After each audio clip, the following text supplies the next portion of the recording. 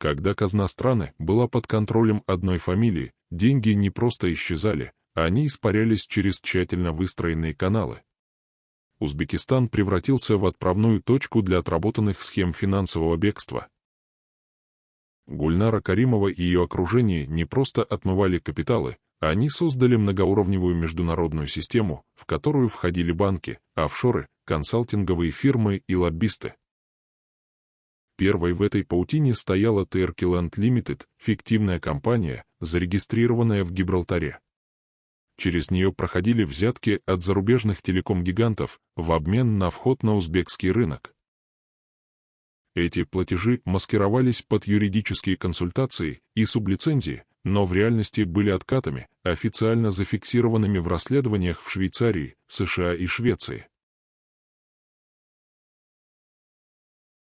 Минюст США начал разбирательство о легализации преступных доходов, более $800 миллионов связывали с Гульнарой и ее офшорами. И это лишь официально зафиксированные суммы. Следы этих операций вели в Швейцарию, где в банках UBS и Lombard Odier были заморожены счета, оформленные на анонимные трасты.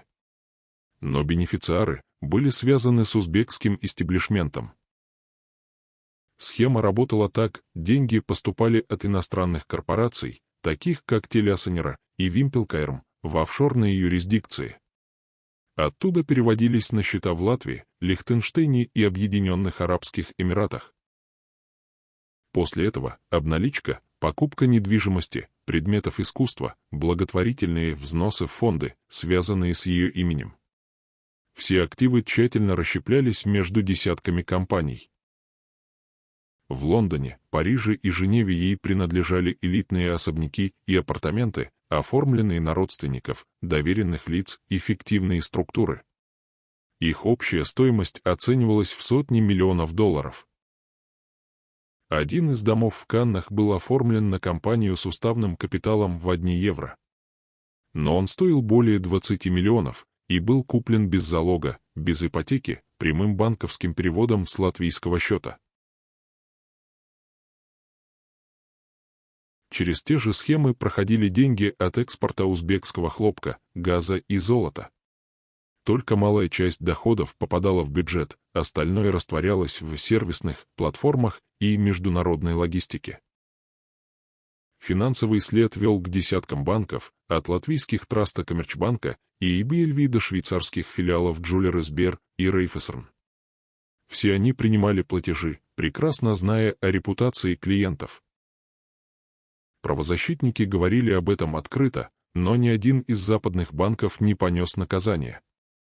Их представители не знали о происхождении средств, несмотря на многократные сигналы. Такой финансовый туризм стал нормой. Даже после ареста Каримовой, большая часть счетов осталась активной до 2019 года. Лишь давление ООН и американских санкций остановило часть потоков. На Западе эта история называлась «золотым кейсом», настолько широкими были масштабы и числом участников. Внутри него более 60 компаний, десятки трастов и более 40 лиц, напрямую аффилированных с Каримовой. Но настоящей сенсацией стало то, что к схемам имели отношение не только узбеки. Швейцарские адвокаты, французские нотариусы, английские брокеры и латвийские банкиры, каждый играл свою роль. Эти люди помогали оформлять фиктивные договоры аренды, оценки стоимости, переводили деньги между юрисдикциями с точностью до минуты. И ни один из них не предстал перед судом. Узбекистан же продолжал говорить о возвращении активов, но процесс был темным, как сама схема. Из заявленных миллиардов в страну вернулись жалкие проценты. Основная масса капитала либо застряла в юридических тяжбах, либо перекочевала под другие фамилии. Некоторые счета были переведены в Дубай, где законы о раскрытии информации отсутствуют. И все это происходило параллельно с арестом самой Каримовой. Пока она сидела в домашнем заточении, часть ее состояния продолжала работать, по инерции, по отработанным маршрутам, управляемая теми, кто не был арестован. Она стала козлом отпущения.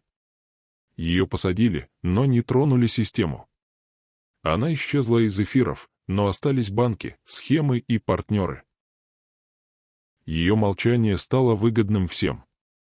Западу, чтобы не вскрылись имена финансистов. Ташкенту, чтобы не задеть нынешние элиты. Банкам, чтобы сохранить лицензии и репутацию.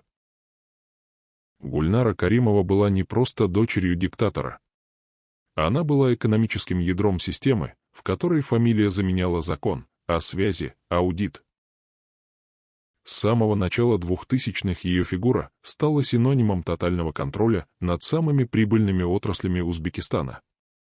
Власть, шоу-бизнес, дипломатия, золото, хлопок, телеком — все стекалось к ней. Ее власть не нуждалась в должности. Она не была министром, но каждый министр слушался. Она не возглавляла банки, но все переводы согласовывались с ее окружением. Старт ее бизнес-карьеры был открыт под флагом предпринимательства. Но за брендом «Гугуш» стояли не духи и песни, а офшоры, лицензии и госпротекция. Через компанию Зиромах GmbH, зарегистрированную в Швейцарии, Каримова начала собирать активы внутри страны, в строительстве, газовой отрасли, логистике, добыче природных ресурсов. Все экспортные поставки хлопка, удобрений и металлов вскоре оказались под контролем компаний, связанных с ней. Ни один бизнесмен не мог вести дела без ее добра. Те, кто отказывался, теряли лицензии или подвергались проверкам СНБ. За кулисами открытого рынка действовал режим шантажа, связанный с ее именем. Зиромах стала негласным министерством экономики. Она контролировала не только ресурсы, но и потоки иностранных инвестиций. В проектах от Южной Кореи до Германии везде присутствовали ее представители. Ее влияние не ограничивалось экономикой. В ее руках были телерадиоканалы, продюсерские центры, модные дома и благотворительные фонды. Все это работало на пиар, на капитал, на контроль. Через структуру «Форум молодежи» Каримова запускала десятки показных проектов. Но большинство из них использовались для прикрытия вывода денег за рубеж. Государственные контракты оформлялись на партнерские компании, которых объединяло одно — они были подконтрольны ее людям или членам семьи. Все эти компании имели налоговые преференции, доступ к кредитам, защиту от проверок, и никто не мог вмешаться в их дела.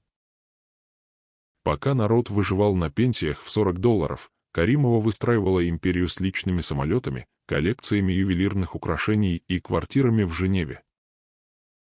Она могла в один день стать амбассадором ООН, а на следующий — подписать контракт на экспорт золота на миллионы долларов. Влияние Гульнары стало настолько тотальным, что даже СНБ не могла контролировать ее финансовые каналы. Ее крышей был сам отец, Ислам Каримов. Любая попытка расследования заканчивалась увольнением или репрессией. Даже внутри клана Каримова начинался страх. Огромные суммы переводились из Национального банка Узбекистана в швейцарские банки под видом инвестиций. Но получателями были структуры, которые не имели ни сотрудников, ни офисов. Узбекистан задыхался от бедности, но его богатство обслуживали частные интересы. И главной выгодополучательницей была Каримова. Информации о ее капиталах не было в открытом доступе. Журналисты, пытавшиеся копать, подвергались слежке, давлению, угрозам. Один из репортеров BBC был вынужден покинуть страну после того, как в его расследовании прозвучало имя Зиромах. И даже за границей ее влияние сохранялось. Она устраивала концерты в Париже, Монако, Стамбуле, инвестируя деньги в моду, кинобизнес и международные медиа. Но за улыбкой на подиуме скрывался аппарат экономической диктатуры. Она не просто брала деньги, она меняла законы под себя. И когда слухи о конфликте с отцом начали просачиваться в прессу, это стало угрозой для режима. Потому что за этой историей стояла не только дочь президента, но и вся теневая экономика страны. Крах империи Каримовой не был результатом правосудия. Он был продуктом политической необходимости. Когда в 2013 году вокруг нее началась международная шумиха, элиты поняли, время списывать актив. Она стала токсичной. Опасной даже для собственной фамилии. Пока в Европе замораживались миллионы, в Ташкенте готовили операцию «Изоляция». Ее отстранили от всех проектов, запретили публичные появления и полностью отключили от дел. Ни одного заявления, ни одного интервью, ни одной пресс-конференции. Легенда была проста: дочь президента уходит в тень ради семьи и государства. Но на деле ее просто убрали. Убрали из схем, из политики, из общественного поля. В 2014 году стало известно, Каримова арестована и содержится под стражей в собственном доме в Ташкенте. Ни одна камера не показала ее лицо, ни один журналист не увидел ее глаз. Генпрокуратура выдала формальные обвинения: мошенничество, вымогательство, уклонение от налогов. Но доказательства остались засекреченными. Их никогда не обнародовали в суде. Потому что подлинные схемы затрагивали имена тех, кто и сегодня находится во власти. Никто из бывших министров, банкиров или партнеров не оказался на скамье. Ни одного подельника, только она одна. Это был не суд, это был демонтаж фигуры. Ее изолировали не за преступление, а чтобы сохранить архитектуру системы. Скандал вокруг миллиардов в Европе заставил режим пожертвовать собственным символом, чтобы сохранить остальное: структуры, связи, счета. Мирзиёев, придя к власти, продолжил ту же линию: наказать Каримову, но не разрушать систему. Ее дела стали инструментом политического баланса. Западу нужна была жертва, Ташкенту — иллюзия реформ, а элитам — тишина. Все это Каримова обеспечивала своим молчанием. Через адвокатов и дочь Иман она пыталась передать письма в ООН, обращения в Европарламент, заявления о нарушениях прав. Но узбекские власти отказывали в праве публичности. Ее обращения называли инсценировкой, политической провокацией. А реальные проблемы, пытки, изоляция, запрет на медицинскую помощь игнорировали. Каримова была превращена в инструмент устрашения: молчишь или будешь следующий. Сотни женщин в Узбекистане поняли это, на их глазах сносили ту, кто была коронована. Но при этом никто не коснулся инфраструктуры, которую она построила. Офшоры остались, счета остались, каналы отмывания работали. Даже в 2020-е журналисты находили упоминания о бывших компаниях Каримовой в бизнес-реестрах Европы и Азии.